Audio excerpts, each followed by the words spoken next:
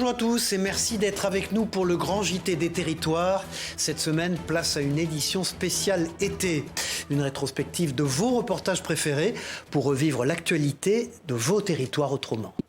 À Charles, il passe des prisonniers anglais qui reviennent d'Allemagne. Ils font peur. Ce ne sont que des squelettes.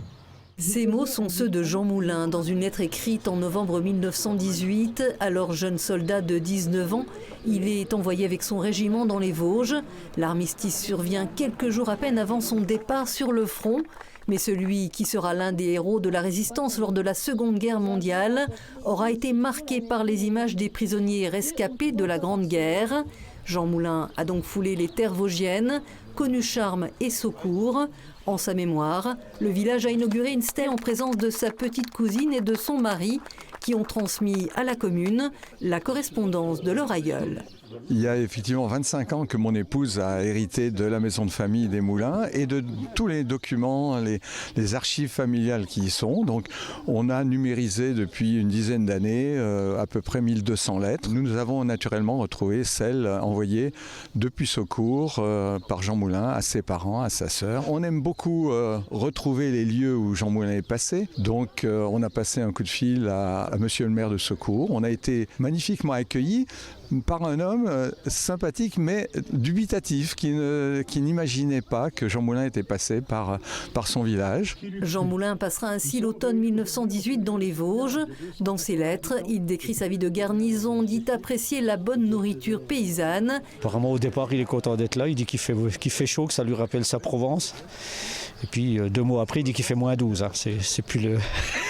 C'est plus vraiment la Provence. Des souvenirs de jeunesse qui seront suivis d'un destin exceptionnel, celui d'un homme qui dirigera le Conseil national de la résistance pour combattre les nazis. Arrêté, il ne donne aucun nom sous la torture. En guise d'aveu, il dessine une caricature de son bourreau, le chef de la Gestapo, Klaus Barbie. Pour le maire, ce mémorial, c'est une leçon de courage et de patriotisme à ciel ouvert. Est-ce qu'aujourd'hui on est capable de donner notre vie pour la patrie? Est-ce qu'on est capable de défendre? Je pense qu'on paiera un peu l'esprit patriotique et Saucourt c'est un petit village qui aura son mémorial où les gens pourront voir que Jean Moulin est passé dans notre région. Jean Moulin le résistant mais aussi le plus jeune préfet de France et l'artiste meurt non loin des Vosges en Moselle annexé dans le train qui l'emmène en Allemagne. Il repose au Panthéon. Saucourt a rejoint la liste des lieux en France qui se souviennent. Faut-il craindre l'intelligence artificielle? À Beauvais, un centre de formation dans le domaine de l'informatique organise des ateliers gratuits sur cette thématique. Et pendant 3 heures, les participants peuvent apprivoiser ces innovations et tous les usages qu'elle permet. Mais aussi, vous allez le voir, ses limites. Un reportage de Jérôme Aubron pour notre partenaire WEO TV, la chaîne de la Voix du Nord. Je suis à Beauvais, dans cette jolie ville de France. Tu connais Beauvais? Oui, je connais Beauvais. C'est une ville charmante, notamment avec sa cathédrale Saint-Pierre, qui a une architecture impressionnante. Au bout du fil, une intelligence artificielle. Dans la salle, des étudiants, salariés ou chefs d'entreprise, à la fois stupéfaits et perplexes. Ça va super vite, c'est surtout ce qu'on dit, c'est-à-dire aujourd'hui ça va, mais on ne sait pas dans 2 ans ça va empirer. Voilà, donc ça fait un petit peu peur, mais bon, faut aussi s'adapter. Il s'appelle ChatGPT, Mistral ou encore Midjourney et s'impose comme des outils indispensables, capables du meilleur comme du pire. Les IA sont aujourd'hui au cœur des enjeux professionnels. Dans ce centre de formation, des initiés et néophytes décortiquent ces nouvelles technologies. Vous voulez illustrer un texte, une présentation, un article et vous voulez faire un diagramme. Bon, voilà. Et bien là, il y a une IA, vous lui sélectionnez un texte, fait un diagramme et on a un diagramme qu'on peut insérer. On peut aussi avoir des IA qui vont analyser des données chiffrées. On va déléguer beaucoup de choses à l'IA pour rédiger, pour résumer, etc. Mais l'IA, en fait, elle peut faire beaucoup d'autres choses. Du traitement de texte à la génération d'images ou encore une traduction express. Certains voient déjà en l'IA un précieux assistant en entreprise. Ça peut simplifier un certain nombre de tâches répétitives. Au-delà de simplifier, ça peut permettre de les automatiser. Ça m'aide à avoir des nouvelles idées, ça m'aide à faire des résumés. Et ça me fait gagner du temps, en général, du temps qui est précieux et que je peux utiliser autrement. Si la formation vise à démystifier l'usage de l'intelligence artificielle, elle rappelle que la machine ne doit pas remplacer l'homme. L'humain a toujours toute sa place, c'est très important, d'autant plus avec l'IA, de garder un esprit critique. De savoir démêler le vrai du faux. Tout ce qui est généré par l'IA, il faut impérativement vraiment que ce soit relu, vérifié, corrigé par l'humain. En un an, l'organisme a déjà sensibilisé 1000 personnes à l'usage de l'IA. Des personnes séduites par une révolution numérique qui apporte autant de réponses qu'elle ne pose de questions. Qui n'a pas été victime ces dernières années des cyberarnaques, ce fléau qui touche aussi bien les particuliers que les professionnels, par SMS ou par mail, un colis en attente ou une facture à payer, tout est prétexte pour vous piéger. Puissance Télévision vous explique comment vous en sortir, regardez.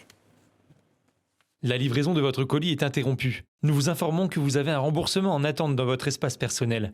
Vous avez déjà tous reçu ce genre de SMS ou de mail. Avec de l'expérience ou grâce à de précieux conseils, certains comprennent rapidement qu'il s'agit d'une arnaque. D'autres tombent dans le piège. En 2023, près de 268 800 procédures ont été engagées à la suite de cyberattaques. En 2022, ce chiffre était de 112 000. Au niveau des mots de passe, c'est vrai que j'ai tendance à utiliser le nom de ma petite fille. Mon erreur, c'est de couper mon ordinateur, par exemple, de ne pas débrancher le câble de la box. Ces attaques ne touchent pas uniquement les groupes hospitaliers ou les opérateurs de téléphonie mobile. La gendarmerie marnaise alerte les particuliers et les entreprises, même les plus petites, sur le sort réservé aux victimes. Les principales arnaques, c'est celles que j'ai citées. C'est tout ce qui va être les plateformes de faux investissements bancaires, les faux vides, donc les faux ordres de virement, donc l'arnaque au président. Surtout et vraiment surtout le faux conseiller bancaire. Et rançongiciel, et aussi recrudescence énorme des usurpations de RIB. Les discours sont bien rodés et les malfaiteurs ciblent tous les habitants, les seniors, les entreprises ou encore les grands groupes. Même les plus petites sociétés ou encore les particuliers sont concernés. Et ces agissements rapportent gros. Selon une étude menée par Statista, les cyberattaques vont coûter jusqu'à 122 milliards d'euros à la France en 2024. Alors la gendarmerie a donné quelques conseils. 94% des attaques proviennent d'un mail. Donc la réception de mail, il faut vraiment être vigilant à la réception de mail. Être attentif à ce qu'on reçoit, se poser les bonnes questions. Est-ce que je reçois ça? Est-ce que c'est normal? Est-ce qu'on me demande quelque chose dans l'urgence? Si on demande quelque chose dans l'urgence, toujours se méfier. Ne pas cliquer sur les liens, vérifier l'adresse mail de l'expéditeur, ne pas télécharger les pièces jointes. Cette conférence a permis de sensibiliser certains vitrias. Ils étaient près d'une centaine dans la salle du manège. Pour lutter contre ces cyberattaques, des sites existent pour dénoncer des SMS ou des mails frauduleux. Parmi les plus connus, Pharos ou encore Signal Spam. Et si vous passiez un week-end à Londres, eh bien depuis le 2 avril dernier, les citoyens français et de l'Union européenne doivent présenter une autorisation électronique de voyage pour se rendre en Grande-Bretagne. Une adaptation de plus pour les voyageurs, comme nous le montre ce reportage de TVR à Rennes. Ils étaient quelques centaines ce mercredi matin à embarquer à bord du Bonthaven pour rejoindre Plymouth depuis Roscoff. Mais pour la première fois, en plus du titre de transport et du passeport, il fallait être en possession d'un ETA, une autorisation de voyage électronique exigée désormais par le gouvernement britannique. Alors ici, pas de panique, tout le monde avait fait ses démarches. Il faut télécharger l'application ETA, rentrer son passeport biométrique et puis ensuite on est guidé quoi. Il faut juste montrer le mail de confirmation. Voilà, il y a toutes les informations dessus. L'ETA est exigé pour tous les citoyens européens qui voyagent vers le Royaume-Uni. Les citoyens britanniques, eux, peuvent toujours rentrer librement, à condition de ne pas se tromper de passeport. J'ai rempli pour la Eurostar avec les détails de mon passeport français et c'est là où il a exigé que j'ai une ETA pour pouvoir rentrer plutôt en Grande-Bretagne. Marilyn et Sarah font partie de l'association Intégration Creasbrace qui accompagne les démarches administratives et crée du lien dans la communauté anglaise de Centre-Bretagne. Le site est en anglais, seulement en anglais. Donc si on ne parle pas anglais, on n'est pas bien. Ensuite, on nous pousse à utiliser une application et tout en bas, on a quand même l'option de le faire via un ordinateur. Donc ça, c'est ce qu'on a fait. Donc on a passé une bonne demi-heure à travailler là-dessus. Et puis une fois qu'on a fait ça s'est bien terminé. Lors de l'été 2022, la Gironde a connu des feux de forêt dévastateurs avec près de 37 000 hectares partis en fumée. Celui de Landiras est même le deuxième plus dévastateur de l'histoire du pays. À Ostens, la réserve biologique a perdu presque 70% de sa surface. Depuis, le site renaît petit à petit. Regardez ce reportage sur cette renaissance signé Antoine Rivalin pour TV7, la chaîne du groupe Sud-Ouest. C'est un petit pas pour la Gironde, mais c'est en tout cas un grand pas pour sa biodiversité et je suis très heureux qu'aujourd'hui nous puissions l'officialiser. En juillet 2022, l'incendie Landiras 1 avait ravagé la quasi-totalité du site. 2 ans et demi plus tard, il est de nouveau inauguré. Il va aujourd'hui renaître avec peut-être des particularités qui seront différentes de ce qu'on avait connu et peut-être une lande telle qu'elle existait autrefois avec beaucoup plus de tourbes, avec beaucoup plus d'espèces particulières et endémiques. Et donc c'est un petit peu cet enjeu-là que ces 2 réserves qui sont en train d'être créées sur le site. Un site de 750 hectares divisé en 2. Une réserve biologique dite dirigée de 434 hectares où l'intervention humaine restera possible et une autre appelée intégrale où la nature aura la liberté de reprendre ses droits. L'objet, c'est quand même que l'intervention humaine soit relativement limitée de manière à garantir que les espèces naturelles repoussent. Donc il y a des espèces qui naturellement vont reprendre leur place sur cet espace et donc il va falloir que l'on observe un petit peu quelles sont celles qui gagnent finalement, qui retrouvent leur place, quelles sont celles qui au contraire n'arrivent pas à se développer et regarder comment, soit en intervenant un peu, soit en laissant la nature faire son œuvre, et bien voir ce que deviendra ce site demain. Aujourd'hui, le site naturel d'Ostens est en train de renaître de ses cendres et les premières formes de vie refont leur apparition. On a des traces de loutre, qui est une espèce emblématique du site et une espèce protégée. On a pas mal de papillons qui sont déjà sur le site. On a pas mal d'oiseaux, comme le busard des roseaux. Et sur la flore, les inventaires du CBNSA et des partenaires du département ont montré qu'il y avait eu plus de résilience qu'on ne le pensait et que certaines espèces patrimoniales et menacées qu'on pouvait retrouver sur le site ont résisté au passage du feu. Il y aura la possibilité pour tous de visiter une grande partie de la réserve biologique. Focus sur le braille maintenant, ce système d'écriture tactile avec des points saillants qui permettent aux malvoyants de lire et d'écrire. En Moselle, un ingénieur a inventé un boîtier pour apprendre le braille de manière ludique. Regardez ce reportage de notre partenaire Moselle TV. Je m'appelle Jean Massou et j'ai fondé Andy Exceller en créant le projet Braille, qui est une console de jeu pour apprendre le braille de manière ludique, autonome et personnalisable. Et pour apprendre le braille en s'amusant, l'ingénieur a imaginé son invention en 2 parties. Une console d'un côté et de l'autre, des dominos avec une face visible et une face en braille. Et grâce à ça, on couvre toutes les combinaisons de braille. Pack 1, les lettres, alphabet. Pack 2, accents et nombres. Pack 3, caractères spéciaux. Ensuite, tout est possible puisque le boîtier possède plusieurs modes de jeu. De la bataille navale au mastermind, en passant par l'escape game. Il s'agit bien de la lettre I. Félicitations. Cet outil ludique a été pensé il y a 7 ans, alors que le jeune homme était au lycée en terminale S. Je devais faire un TPE pour la terminale, un projet à caractère ingénieur.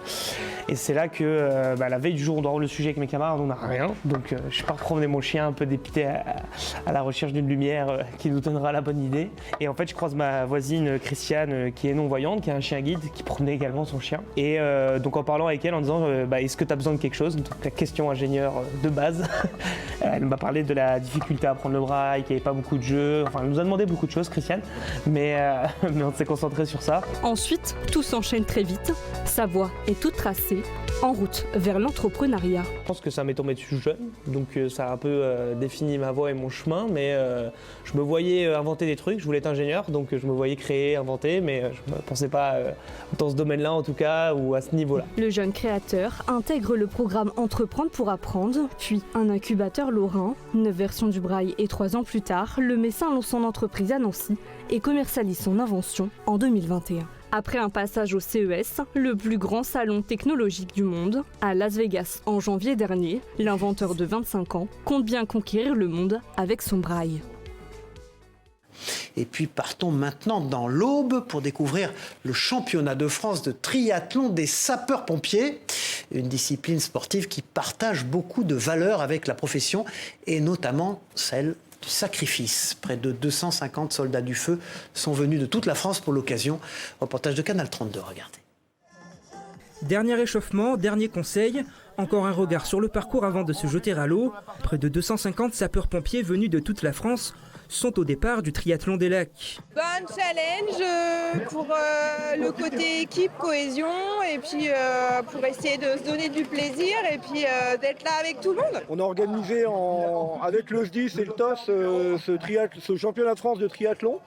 Sapeur-pompier, et donc en tant que pompier au bois, je me devais de participer à l'épreuve. 750 mètres de nage, 25 de vélo, et on finit par 5 de course à pied. 9h, le top départ est donné. Objectif pour les soldats du feu, se challenger, mais surtout vivre un moment de cohésion.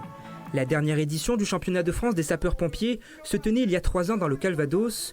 Le SDIS de l'Aube s'est porté candidat pour organiser l'événement en partenariat avec le club de triathlon troyen. C'est la première fois qu'on l'organise dans l'Aube. D'habitude, c'est à la charge des unions départementales et des SDIS de le faire. Ça faisait 2 ans qu'il n'y en avait pas, donc on s'était lancé dans le projet pour toujours développer nos activités physiques, le sport chez les sapeurs-pompiers dans le département. Il y a tous les niveaux, il y a vraiment des champions comme Monsieur Tout-le-Monde qui se lance le défi. Sur la ligne de départ, une quarantaine de pompiers locaux sont venus porter haut les couleurs du SDIS de l'Aube. Après un peu plus d'1 heure d'effort, Tony Baheu se place 3e et décroche le titre en catégorie master. Avec certains de mes collègues, on a justement essayé de monter une équipe l'année dernière pour déjà participer à cette épreuve qui a lieu déjà depuis des années. Mais sans savoir que les championnats de France auraient lieu cette année, donc c'est génial parce que du coup on a sensibilisé pas mal de monde déjà l'année dernière. Et puis du coup cette année ils ont re-signé pour refaire les championnats de France. Les derniers sportifs boucleront le triathlon en près de 2 heures. Le prochain championnat de France sapeurs-pompiers pourrait se tenir dans 2 ans. Il est l'un des meilleurs joueurs du monde de tennis. Il est 22e mondial et pourtant, vous ne le connaissez pas. À 85 ans, Roger enchaîne les titres dans la catégorie senior et prouve que l'âge ne doit pas être un frein. TBO et TB Sud, les chaînes du Télégramme, ont rencontré ce champion tout à fait hors norme. Regardez. Ça, c'est championnat du monde. Alors voilà, championnat de France. Des médailles, Roger ne sait plus quoi en faire. L'octogénaire a pourtant commencé tard le tennis. J'ai commencé à 53 ans. Je suis Roger Nicolas, 22e mondial en plus de 85 ans. Quand je suis arrivé à Crozon, j'ai battu des gens qui ont dit qu'ils allaient arrêter le tennis. Il y en a 2 ou 3 qui ont arrêté le tennis, dégoûtés. Ils se demandaient comment c'était possible à 85 ans de courir comme ça. Et c'est difficile parce qu'il n'y a pas de vétérans ici, quoi. Je suis le seul vétéran. Il y a des vétérans, mais ils ne veulent pas jouer, quoi. Ils ne veulent pas parce qu'ils ont peur de... Ils ne veulent pas... Ils savent qu'ils ne gagneront pas, quoi. Malgré ses 85 ans, Roger s'entraîne 3 fois par semaine, une rigueur lui permettant de jouer au plus haut niveau. J'étais dans l'équipe de France des 80, mais pas 85 puisqu'il n'y en a pas. Je me bats pour ça, mais ils ne veulent pas. Ils ne veulent pas faire de 85, alors qu'on est assez nombreux, puisqu'il y a des pays comme l'Australie, les États-Unis, même les Japonais qui jouent au tennis, qui ont des catégories 85 et 90. Sa raquette, le secret de sa longévité selon Roger. Si je ne faisais pas de tennis, je serais déjà mort, quoi. J'aimerais bien mourir sur un terrain de tennis. C'est super, plutôt que de mourir dans un lit. Originaire d'Espagne, le paddle est la nouvelle tendance sportive en France. La discipline compte déjà 50 000 adhérents. La région Occitanie, elle, est la première région française en nombre de licenciés. Aujourd'hui, l'offre du paddle est aussi diversifiée que celle du tennis. Via Occitanie a donc voulu comprendre l'engouement autour de ce sport. Des vitres autour d'un terrain légèrement plus petit qu'un court de tennis et une raquette en carbone percée de trous, vous avez sûrement reconnu le paddle. Ce sport originaire du Mexique et importé d'Espagne en France n'est plus à présenter dans notre région. Depuis quelques années, l'Occitanie est la première région française avec le plus de licenciés. À Moguio, 3e club d'Occitanie, Jean-Bernard Quine enseigne le paddle depuis 8 ans. On est une région où on peut jouer beaucoup, c'est-à-dire que ce que j'ai remarqué, on est pratiquement 900-800 membres, donc ça veut dire qu'on est 400 membres de paddle. Et sur ces 400 membres de paddle, il y a 300 joueurs classés. C'est-à-dire qu'il y a des tournois toutes les semaines. On peut jouer, soit faire un tournoi le lundi, il y a des clubs qui proposent le lundi, des tournois le mardi, le mercredi, le jeudi. Des cours collectifs, des cours individuels ou une simple location du terrain, ainsi que des créneaux pour les enfants. L'offre de paddle est aujourd'hui autant diversifiée qu'au tennis. Les tarifs avantageux d'un club municipal rendent le club de Moguio très attractif, au point que les terrains sont souvent réservés une semaine à l'avance. C'est un sport très ludique, très facile d'accès. Vous pouvez jouer au paddle sans avoir fait vraiment de sport de raquette. On peut faire, vous arrivez 4 dames qui viennent faire une partie. Moi, en tant que moniteur, au bout d'une heure, je peux leur faire un match. Avec 15 000 licenciés en Occitanie, dont un tiers rien que dans l'Hérault, des enseignes spécialisées commencent à voir le jour. Ouvert depuis le 30 novembre, Sam a déjà vendu des centaines de raquettes. Ce qu'on me demande, c'est surtout du conseil par rapport aux raquettes, parce que vous voyez, il y a beaucoup de choix. Moi, au magasin, j'ai une centaine de raquettes, mais je pense que sur le marché, il doit y avoir à peu près 600 raquettes différentes. Donc les joueurs, les consommateurs sont un peu perdus dans ce qu'ils doivent acheter, parce que voilà, il y a par rapport au profil des joueurs, si on est plutôt attaquant, défenseur, joueur de gauche, joueur de droite, débutant, confirmé. Des enseignes 100% padel et des terrains qui se multiplient. Pour répondre à la demande, une cinquantaine de nouvelles pistes devraient voir le jour d'ici fin 2025 dans l'Hérault. C'est une magnifique histoire que je vous présente maintenant. À seulement 16 ans, Lucas est pilote de montgolfière. Il est d'ailleurs le plus jeune pilote de France. Et pour son premier vol en autonomie, notre partenaire La Dépêche du Midi a pu monter à bord avec lui. Il nous explique sa passion transmise par son père. Regardez. On a la température, on est à peu près à 15 degrés. On regarde du coup le poids qu'on peut porter, 346 kg. Mon père est pilote et mon voisin aussi, et du coup je suis presque né dedans.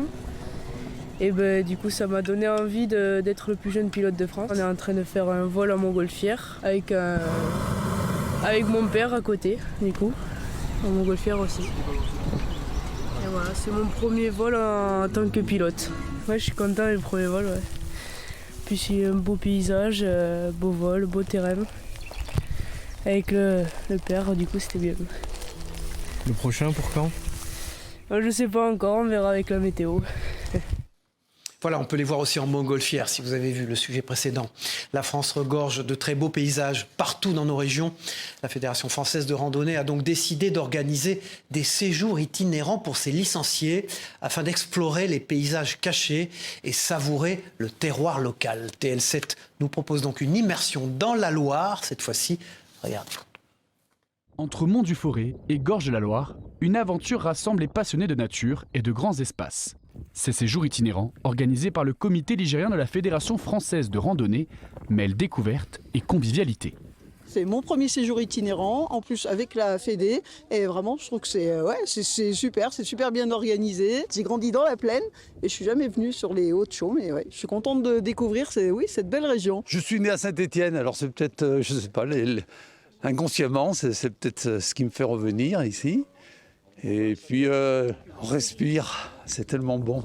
Pendant 5 jours, les participants sillonnent les sentiers balisés du département, d'un gîte à l'autre, avec des pauses gourmandes et culturelles. Depuis 2020, le comité fait carton plein sur ces 5 séjours entre Hauts-de-Chaume, Pilat, Gorges de la Loire, Mont-de-la-Madeleine et Montagne du Matin. On essaye de faire des cheminements intéressant pour que les gens puissent découvrir. Donc c'est pour ça que de temps en temps, on a des transferts en véhicule, parce qu'il y a des parties, c'est du chemin, mais il n'y a pas de point remarquable. Coût du séjour, 460 €, transfert, gîte, couvert et accompagnement compris. Seule condition, avoir sa licence au sein de la Fédération française de randonnée, 5 jours de marche, de découverte et de partage. Des séjours qui prouvent que la Loire a plus d'un sentier à offrir, pour les amateurs de nature comme pour les curieux de terroir. Et puis, connaissez-vous vraiment la signification des signes de main des chefs d'orchestre ? Son rôle est de coordonner des instrumentistes grâce à des gestes très particuliers. Découvrons-les, ce sont des secrets de ce métier grâce à ce reportage de 8 Mont-Blanc. Regardez. Des mains qui virevoltent au rythme de la musique et des gestes précis. Mais justement, à quoi correspondent-ils ? Donc simplement, si je veux les faire partir, je fais comme ça.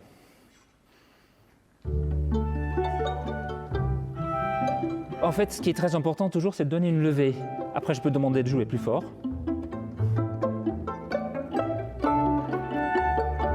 Face au chef d'orchestre, c'est un quintet qui répète aujourd'hui pour le marathon du piano d'Évian. Concentrés sur leur partition, les musiciens gardent toujours un œil rivé sur lui.